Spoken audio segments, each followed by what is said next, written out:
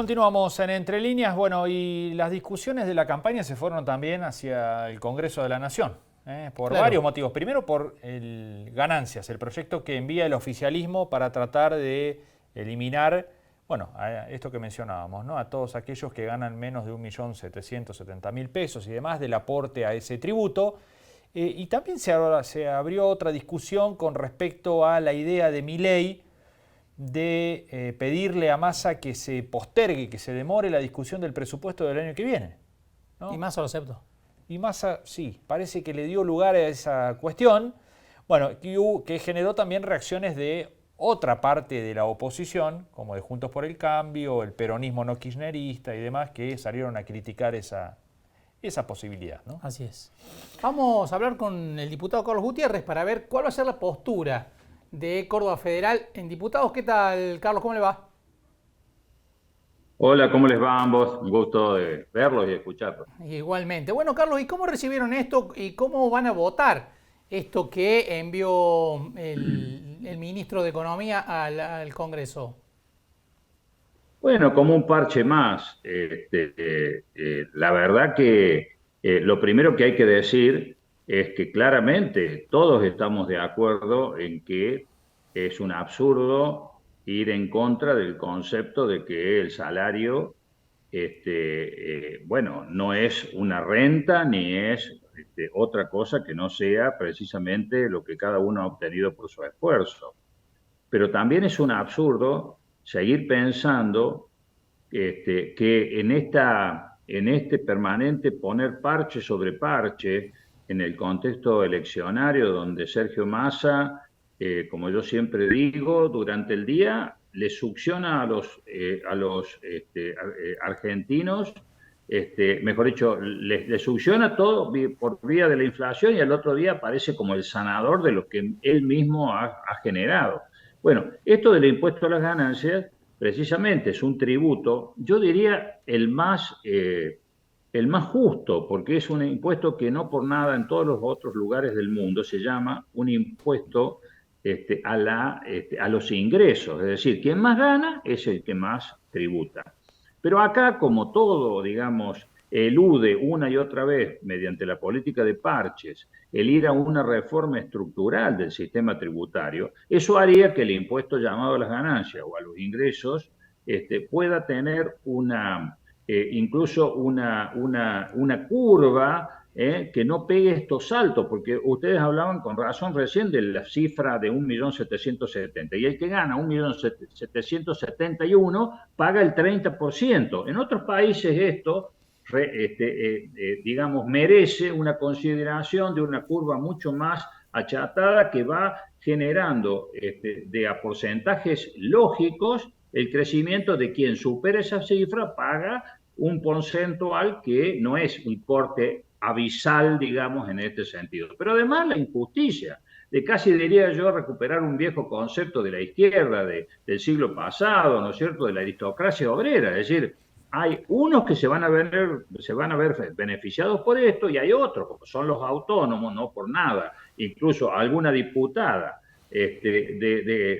miembro de ahora, digamos, de la coalición de Sergio Massa, sale a cuestionar duramente, precisamente porque dice, nosotros los autónomos, sea cartonero, carpintero, médico o lo que fuere, no vamos a tener el mismo tratamiento. Y además a lo interno de la estructura del gobierno o de los distintos poderes, hay distintos tratamientos de acuerdo en algunos casos, no por las remuneraciones, sino por los cargos. Bueno, toda esta confusión, toda esta mezcla de cosas, no tiene otra explicación que la desesperación de Massa, que por lograr, digamos, ver de qué manera consolida un voto más frente a lo inevitable que siempre decimos que es el fin de ciclo. Acá hay un fin de ciclo en la Argentina que no solamente involucra a Massa, sino involucra a quienes han sido corresponsables de esto que nos ha traído hasta aquí, que es el rotundo fracaso y una de sus peores manifestaciones, que es una inflación que se va acercando peligrosamente a algo que ya los argentinos no queremos ni recordar, que es la hiperinflación. Carlos, ¿Cómo están viendo el panorama? Ha habido internamente en algunos representantes del peronismo provincial, pienso en Edgar Bruno, que es intendente de Canals, algunas legisladoras, que plantearon críticas a la estrategia del gobernador Schiaretti porque señalan que es funcional al antiperonismo nacional mantener la candidatura. Bueno, la primera pregunta que habría que hacerse es si este kirchnerismo nacional, representado hoy por Massa, no cabe ninguna duda, porque no creo que este Massa sea el mismo Massa que compraron a algunos, a lo mejor a algunos de los que vos mencionaste, hace ya bastantes años, ¿no? Ni creo que sea el mismo Massa que enfrentó en una interna a José Manuel de la Sota, que fue uno de los principales, digamos, de los dirigentes cordobeses que enfrentaron el poder central, al kirchnerismo, a todo lo que recibía como realmente políticas que iban en contra de nuestros intereses, es decir, de los cordobeses, que fue José Manuel de la Sota. Yo la verdad que no merecen mucho más comentarios que decir. Algunos están en todo su derecho de expresar su opinión. Lo que nosotros decimos que son expresiones marginales, son expresiones individuales y que de ninguna manera responden a otra cosa que no sea tratar de elevar permanentemente a una categoría que no tienen hechos, el que fuere, ¿no es cierto?, para poder desde allí tener la excusa de avanzar como empleados de masa que son, en tratar de meter una división, una cuña donde no la hay. El peronismo de Córdoba sigue unido desde José Manuel de la Sota, pasando por Schiaretti y hoy a través de Martín Yarlora, el gobernador electo, que no por nada es, diría yo, la principal espada hoy de la campaña de Schiaretti presidente. Carlos, hay mucha especulación en base a información, a opinión, a encuestas y demás que dan una posibilidad de escenario de balotaje entre Milei y posiblemente Massa. Uno cuando escucha a Córdoba Federal y sus dirigentes claramente están muy distantes de estas dos fuerzas. ¿Qué podría ser ante un escenario así, la fuerza del peronismo cordobés? Nosotros entendemos y atendemos preguntas como las que vos me formulás, Gonzalo, porque sabemos que esta es parte del ejercicio que se hace previo a las distintas etapas de esta contienda electoral, sea la primera vuelta, eventualmente la segunda. Nosotros, como estamos compitiendo, no podemos hacer pronósticos ni hacemos. Nosotros, como quien compite en buena ley, estamos convencidos de que Schiaretti es la expresión de un cambio que nosotros reconocemos que la sociedad argentina ha emitido con absoluta claridad en la PASO, porque interpretamos ese cambio no desde arriba para abajo, lo interpretamos de abajo para arriba, es decir, como aquel subsuelo de la patria, como sabía decir un gran escritor peronista a la sazón, en el siglo pasado, es decir, ese subsuelo de la patria que cansado de la grieta que lo trajo hasta acá, unos y otros, unos gobernando el 75%, echándose y el otro el 25%, echándose permanentemente la culpa, peleándose como perros y gatos, hasta pensando de que una interna iba a resolver un salvoconducto directo a la Casa Rosada y ahora andan desesperados unos y otros, me refiero al kirchnerismo de la mano de Massa y a lo que es Juntos por el Cambio de mano de Patricia Bullrich.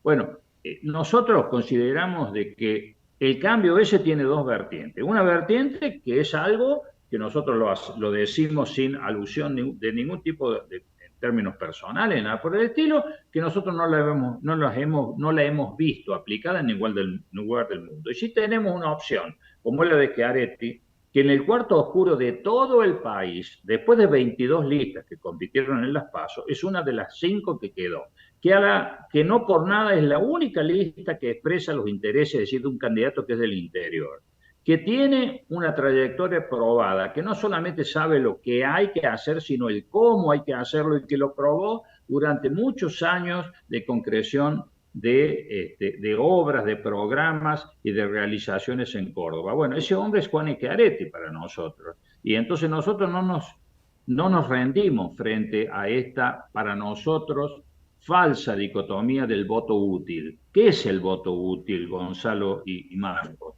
Una mesa de saldos y retazos donde tenemos que ir a buscar la opción, la opción menos peor. Ese es el voto útil. Bueno, para nosotros así nos ha ido por tener esas opciones como prioridad. Nosotros creemos que el voto útil es aquel que ni más que hablar, ni que hablar del caso de los cordobeses, es decir, de posicionar la mayor cantidad de diputados que no pidan permiso primero a sus conducciones nacionales para tomar una decisión respecto de lo que tienen que defender en Córdoba, como lo hemos hecho humildemente nosotros y quienes nos antecedieron en el paso de la Cámara, y a cambio de aquellos que siempre priorizan y terminan priorizando los intereses del AMBA, que son los que en definitiva se pelean como perros y gatos, sí, es cierto, pero después a la hora de los bifes terminan defendiendo el boleto más barato en el AMBA, los subsidios más baratos para la luz en el AMBA, el agua más barata para el AMBA, y nosotros, que en nuestro departamento he estado viendo las cifras que el gobierno nacional dice de haber invertido en el departamento Río Cuarto. Supongamos que damos y obviemos algo que ha estado y está todos los días al alcance de nuestra mirada, que es la obra inconclusa que más abulta esta cifra de supuesta inversión del gobierno provincial, nacional en Río Cuarto, ¿no es cierto? Supongamos que obviamos eso, aún eso nos daría la cifra de 27 millones de dólares. ¿Saben quienes nos escuchan cuánto ponemos nada más que desde el departamento Río Cuarto en concepto de una mala cosecha como es la última que tuvimos producto de la sequía? 330 millones de dólares. Lo que ha puesto el gobierno nacional, aún concediendo algo que todos sabemos que no se ha concretado, que es la autovía de Río Cuarto a Holmberg, que es la cifra, digamos, más importante de este total, aún concediendo eso, no llegamos al 10% de inversión del gobierno nacional. Son unos mentirosos, nos toman de tontos a los cordobeses y a los riocuartenses cuando nos dicen esto, como tantas otras cosas, que esconden no otra cosa que el mensaje de lo que yo llamo los empleados de masa. Y los empleados de masa, mucho peor si son cordobeses, y ni que hablar si son riocuartenses, no merecen otra cosa que precisamente la lección que el pueblo de Córdoba, que el pueblo de Río Cuarto tiene que darle a la finalización de la grieta, es decir, con su voto. Estas son las cosas que nosotros de una vez por todas tenemos que clarificar. Carlos, muchísimas gracias por estos minutos con nosotros, ha sido un gusto. Al contrario, gracias a ustedes, les mando un abrazo. Hasta la próxima. Carlos Gutiérrez, diputado nacional, jefe del bloque Córdoba Federal, bueno, claramente en contra de la cuestión ganancias. Sí. Y además críticas... La trató como un parche, ¿no? Un parche más. Sí. Y críticas al gobierno nacional en cuanto a lo que está planteando el gobierno nacional de la distribución de las obras y cuánto habría invertido en el departamento de Río Cuarto. Bueno, duro en el discurso final, ¿no? También con quienes están alineados al gobierno nacional y son cordobeses, específicamente riocuartenses. Y peronistas. Y peronistas, ¿no? Bueno, allí está planteada la discusión. El schiarettismo y el gobernador Juan Schiaretti en una parada difícil. Muy. Que es sostener ese millón de votos, que hoy es invaluable, un millón de votos. Un millón de votos, sí. Sostener ese millón de votos, ese caudal electoral que estuvo en las PASO, sostenerlo en este escenario electoral de cara al 22 de octubre que aparece dividido en tres y deja, por lo tanto, en la consideración pública afuera a los otros dos candidatos, el gobernador Schiaretti y Miriam Bregman. Entonces el gran desafío es sostener esa cantidad de votos, por lo menos en Córdoba. Claro, de donde salieron más de 700.000, ¿no? Claro, porque el objetivo que tiene principal el schiarettismo es mantener la cantidad de diputados, claro, conseguir bancas que le den peso legislativo en el gobierno que viene.